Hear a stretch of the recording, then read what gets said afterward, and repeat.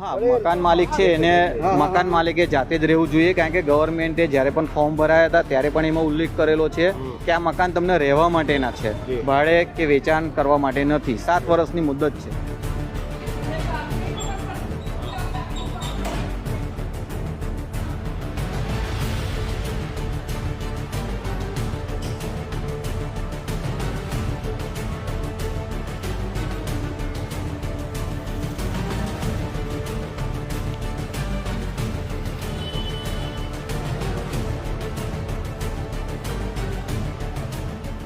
આ ઉડારાનો માનસિંગ તરફથી અમે કામ પરથી આ 400-500 રૂપિયા ખર્ચીને આવું છું, રહું છું, મેં આખી રાત દિવસ રહું છું.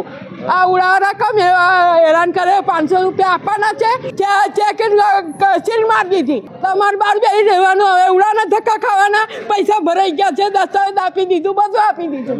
હું નોકરી ગઈ હતી ના, આવડે 9 વાગે કરો પર મુખ્ય 9 વાગે તો મને સ્ટેશનથી આવતા વાર લાગે ને. સંપતરાવ કોલોનીમાં જાઉં છું મેં. આ બિલ TP1 AP 38 છે, બિલ અર્બન રેસિડેન્સી 01, બિલ બાંકોની પાછળ આવે છે.